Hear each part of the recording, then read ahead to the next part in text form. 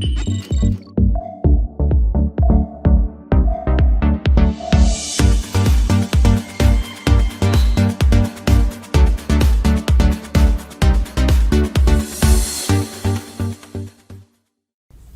welcome back to The Wisdom of Your Soul. I'm your host, Janice Mary, and I'm so glad you're back. Today I wanted to talk a lot about how we're doing with questioning and challenging our thoughts that are kicking us out of our soul energy. So if we know that our soul energy is basically nothing but love, if we're feeling nothing but love, we've been kicked out of this energy and thrown into the world of the ego, and probably are not feeling very good. So today we're going to talk a lot about how we can help ourselves when our minds want to take over and think nothing but fearful thoughts and think the worst of situations. We're going to continue doing the magic. We have another practice today. I believe we're on lesson number 10. And we're also going to talk a little bit about Abraham Hicks. Had a quote this morning that I read that I thought was so good. So I thought maybe we would go over that a little bit. And it's just so amazing and wonderful to have all these spiritual tips that are out there that we can borrow and we can add to our thoughts, because our thoughts tend to be so negative. I was talking to one of my clients yesterday, and we were talking about, trying to let people live their lives and not getting overly involved in what other people are doing. And for people that are maybe not as close to us, it's easier for us to let go and let people just live their lives. But we were talking about our children, and I had shared with him that I had a less than spiritual moment when my daughter told me that she wanted to drop out of college. So that is just not what I did not really see that coming. And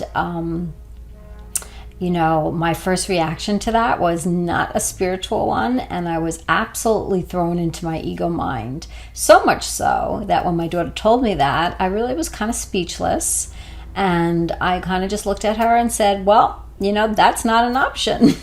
And I walked away from her and kind of did not talk to her about it, because it's so not in the realm of possibilities in my mind.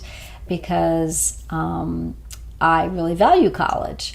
And for me, getting a college education was so important and allowed me to do the work that I'm doing now, which I love so much. So to hear her wanting to drop out of college just never entered my mind.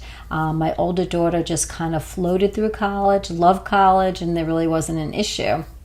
And my second daughter is a little bit different and has her own journey and has her own way. So when that happened to me, I was certainly thrown out of my soul energy for sure. I was not in my soul energy, and I was really upset and really did not know how to handle it so well. So I quickly called her dad to make sure he was on the same page as me, that we were not going to let her do this.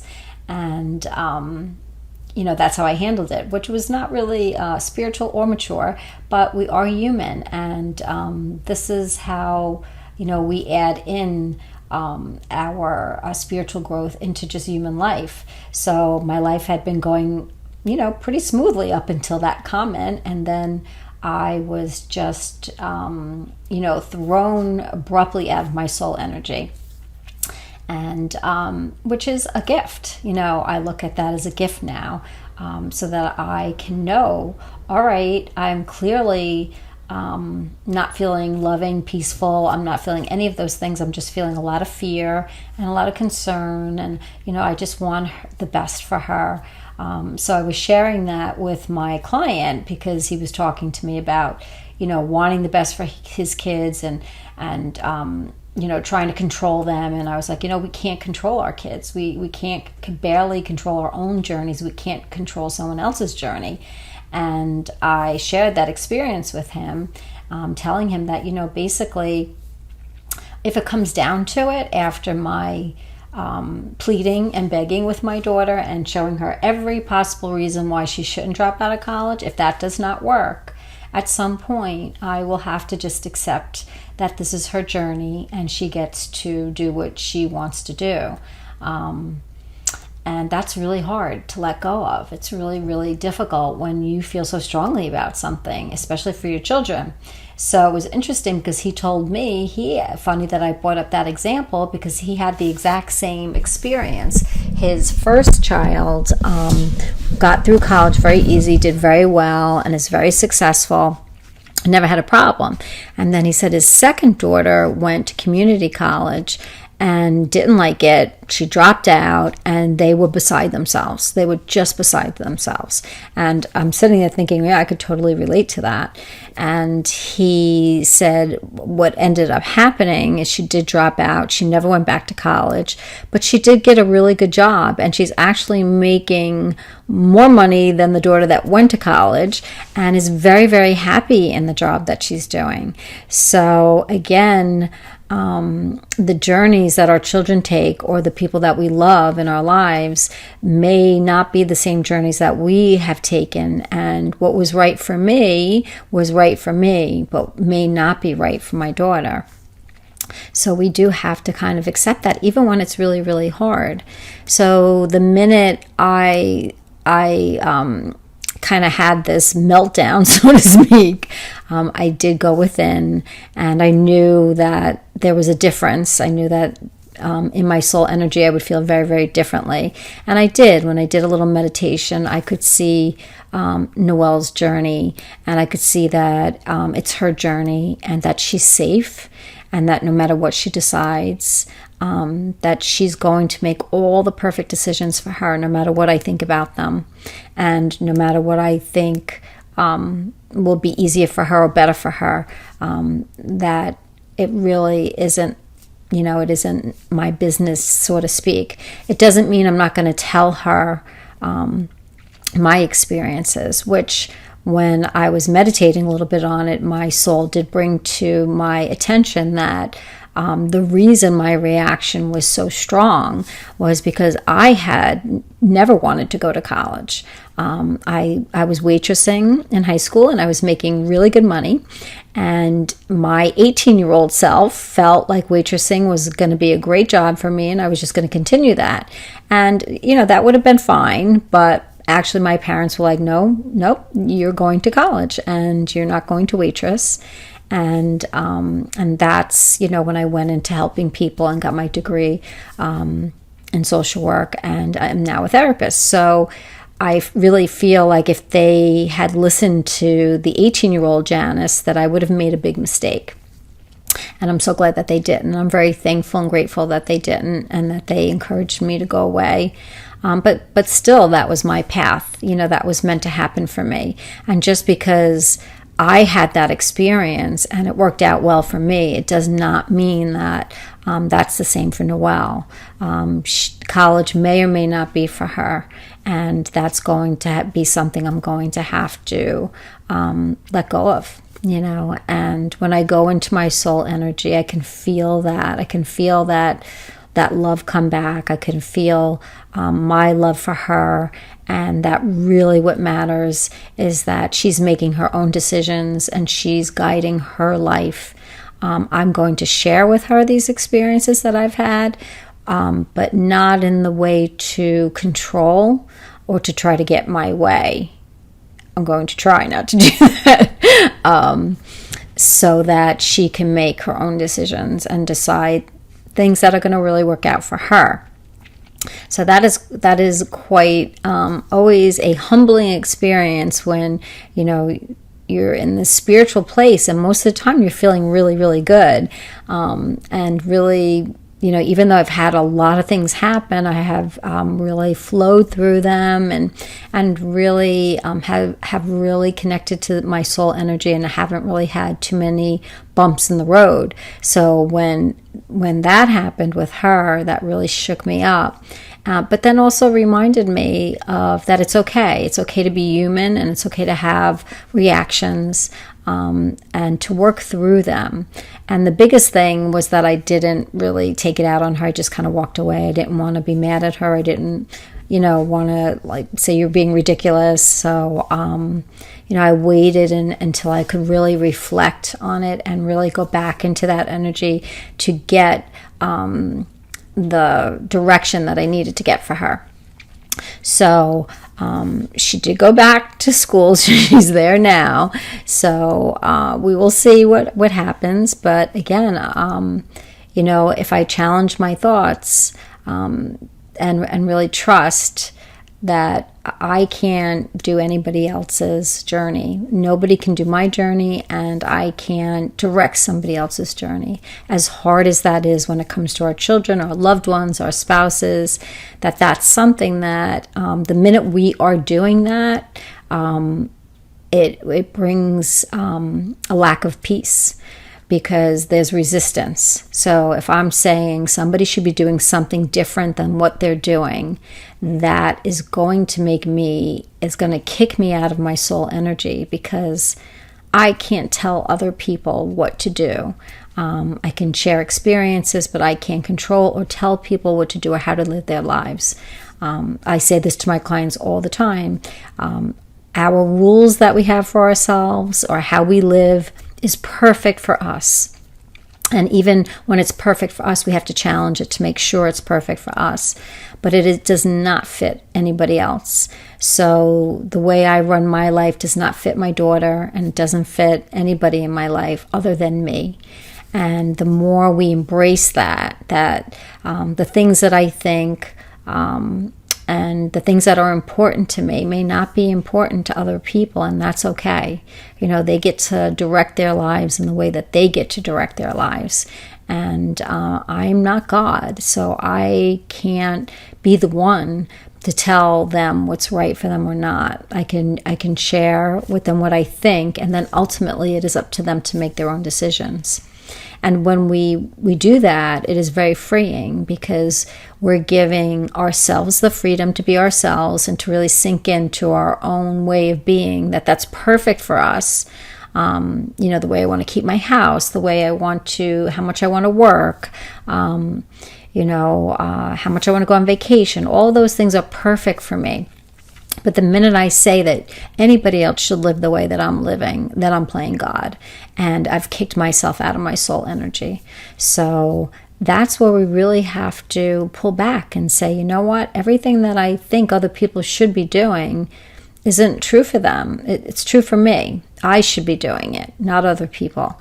And the more we understand that, the more we just can sink into that good energy, because then there's very little resistance. There's more of an acceptance. I accept my life and how I run it, and I accept the way other people live their life and how they run it. And so that's a really, really big lesson. And my client knew that. He was like, I wish, during, my daughter dropping out and all that happening, that I just kind of flowed with that and wasn't so worried, because everything worked out. And, from working with people, even when bad things happen to us, at the end of it, when we look back, there's so many gifts, and there's so many things that we could see why these things happened and why it was in our best interest. So if we can really adopt this idea that if something is happening in our lives, that it's meant to happen, and that it's usually really good for us, that everything happens for our best interest is that great affirmation by Louise Hay, all is well. And if something is happening to us, for us to see the good in it, and to see the learning in it, and to see that the universe and God and Nobody wants to punish us, and things aren't happening to hurt us. They're happening to help us to grow and to make our lives better, not worse. So if something's happening in your life right now that you would rather not happen, try not to resist it and try to sink more into it, and to try to say to yourself, listen, this is happening for a very, very good reason. And, that really helps. So if something's happening today, then it must be for a very good reason. So today's with the magic, the practice the magic, the exercise today is being grateful to everyone that comes into your life today, to sprinkle some gratitude dust on every person that you see. So whether that is you actually say to the person, thank you for your help, or you say it in your mind, and to visualize sprinkling gratitude dust on people. And again, when we do these things, that's really helping us to sink back into our soul energy, because when we're thanking people, that's a form of love, and we are love. So when we get rid of, when we're not paying too much attention to the ego mind and all the craziness that it wants to capture our attention with, when we're not doing that, we can do these other exercises, and they feel so much better. So today, as you go through the day, everybody that you encounter, thank. So I had a consultation with a lawyer today, and I thanked him very much for all of his help and all of his information, and visualize sprinkling gratitude dust on him. And you can do it with everything. You could do it for your car. When you go into your car, thank your car for taking you to places and sprinkle gratitude dust on it. If you go to the store and you buy something and the checkout lady's checking out, say thank you very much and sprinkle gratitude dust on her for helping you check out and get the food, or anybody that you come in contact with today. Whether it's silently or whether it's, you're actually saying thank you, then do that. So I'm going to sprinkle some gratitude dust on you and thank you for listening to this. When we do things like this, we feel good. And the reason we feel good is because it's really who we are. We're not these thoughts that tell us that things have to be a certain way, that, everything has to be in alignment for me to feel good. No, that's not really the case. The more we kind of just realize that everything is good now, that when these thoughts come up, we can challenge them and say, well, is this really true? Do I really have to believe that my daughter has to go to college to be happy? Is that really true? It's not true. I mean, there are a lot of very successful people that never went to college. And there are a lot of very happy people that never went to college. And how do you define success? My definition of success is really how your internal self and state is. Are you connected to your energy of love, and are you extending that out? And, when she told me she was dropping out, I was not extending out love. I was extending out fear. Like, oh my God. And she, I think, took that as that I was angry at her. And I wasn't angry at her. I was fearful for her. So we misinterpret each other too. So she didn't really know what was behind my reaction. So when we can own our reactions and understand them, then we can inform the people in our lives why we react the way we did, and why we know that is not really, appropriate. That it's your choice to do what you want to do in your life. And, that's really the more appropriate thing. And what our mind says and what our mind comes up is based on a lot of conditioning of the world and what we've integrated, and we have to keep challenging so we can delete the mind away. The more we can delete the thoughts that come into our mind and just say, nope, that's not true, and that's not true, the happier we are, the more we can get back into the soul energy, because that's all that's left. So when my clients say to me, if I'm not thinking, if I'm not believing my thoughts, who am I? They feel a loss for themselves, and that's really not true. Who you are is this energy of love that comes to the surface. And then you get to do all the things that you want to do because you give yourself permission to be yourself. You're no longer worried about what people think about you because you know what people think about you has nothing to do with you. You know, what people think about you is their interpretation of the world being projected onto you. So that is really not, it doesn't have anything to do with you. And when you know that, you can kind of really see when people say things to you that are not making sense or upsetting, you know that they're just projecting onto you. Like, I know I have themes, so every time I get upset about when somebody triggers me and I'm upset with them, I think the same thing all the time. So I'm just projecting onto this person the thing that I have come to decide why they've hurt me or upset me.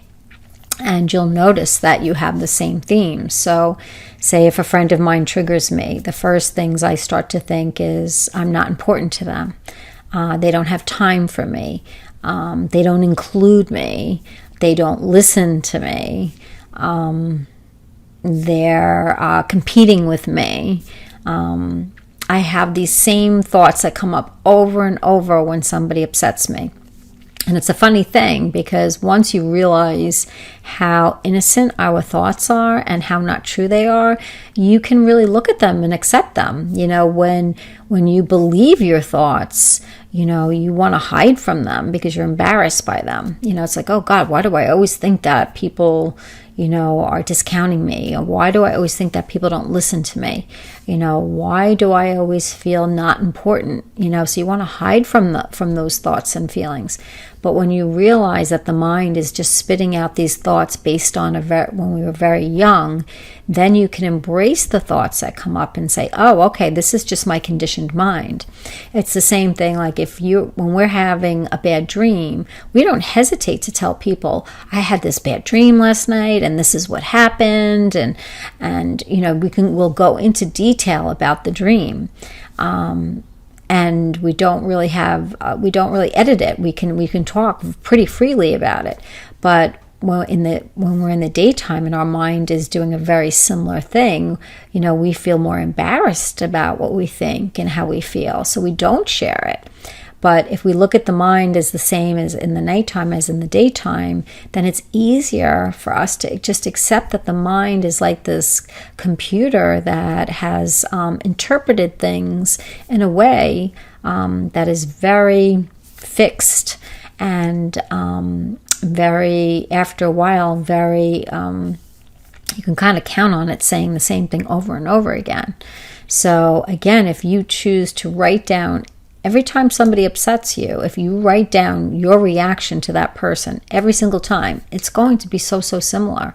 Like I continually think the exact same things that when someone upsets me, I can see I'm saying the exact same thing over and over, or my mind is producing the same thoughts over and over. And from those thoughts, if I take them seriously, I start reacting. And that can kind of create your day. So when you no longer do that, when you watch the thoughts that your mind is going to present to you, and you realize that those thoughts are not true, those are not who you are, then you can accept them more. You can kind of laugh at them. You can kind of say, wow, you know, I must have felt that, you know, maybe when I was 5 years old, 6 years old, 7 years old, and you know, when I was perceiving things in a very young way. And of course, we take things very personally. So when those perceptions got locked in, it was not the whole truth. You know, if one of my reactions is always, you know, people don't listen to me. You know, maybe there were times when my parents couldn't listen to me because they were overwhelmed and they were stressed and they were trying to go to work, and you know, and I got locked into somehow that nobody listens to me.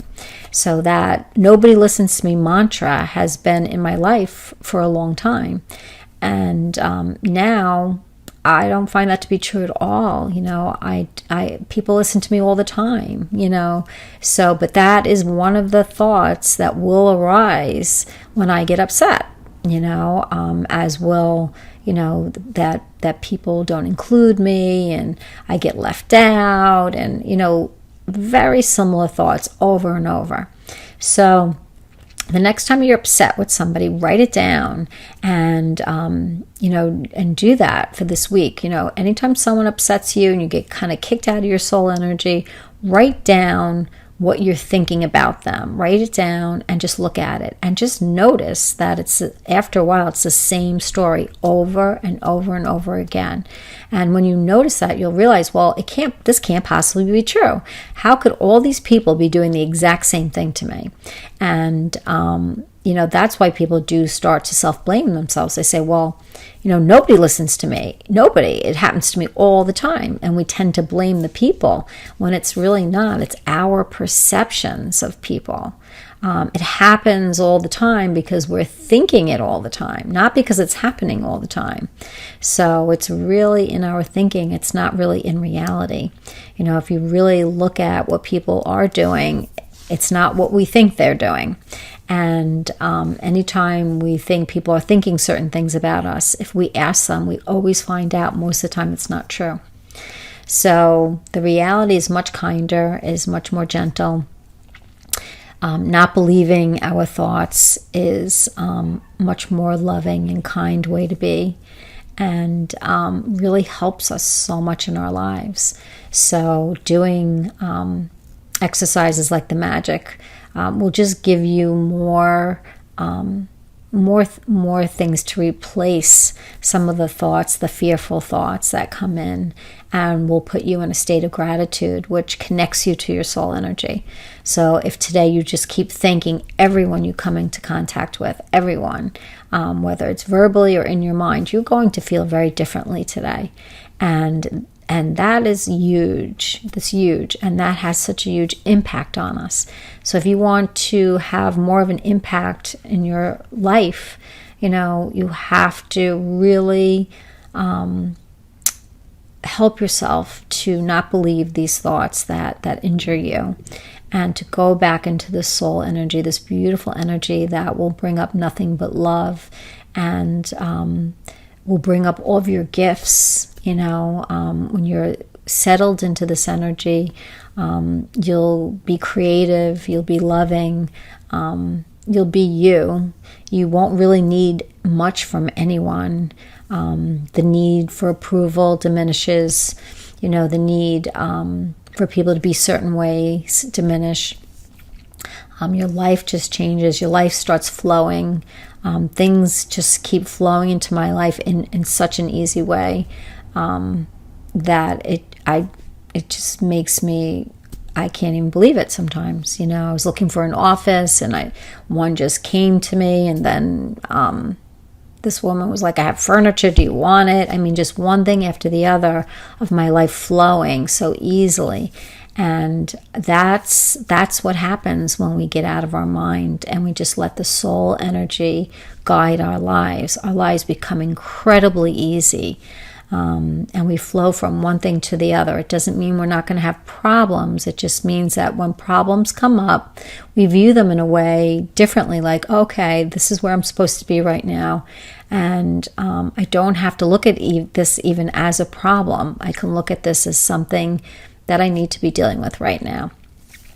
So I hope that helps. As always, feel free to email me at janicesmart40@yahoo.com. Any questions? Keep doing the magic, and keep challenging, the thoughts that come into your mind that is kicking you out of your soul energy. When you're feeling good and you're feeling in the flow and you're feeling very connected to people and you feel very loving towards yourself and other people, you're in your soul energy. You don't have to try to like yourself. You don't have to try to love yourself. When you're in the soul energy, you feel love. And when you feel love, that includes you. So have a beautiful, beautiful day, and we'll talk again. Take care. Bye-bye.